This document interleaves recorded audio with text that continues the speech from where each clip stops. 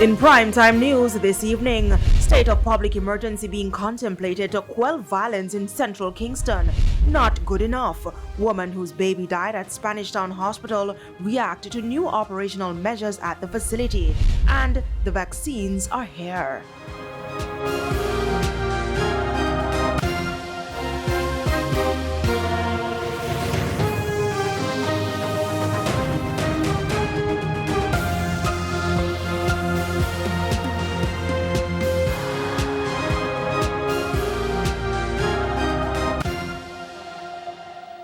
Good evening and thanks for joining us for Primetime News. We're live on air and online at onespotmedia.com. I'm Herman Green. Also this evening, the top business stories of the day. There's sports commentary, E-Prime, and your weather report and forecast. But first, here is our feedback question.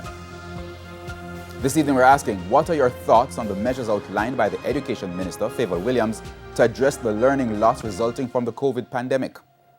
You can share your comments online, facebook.com/televisionjamaica, or tweet @TelevisionJam.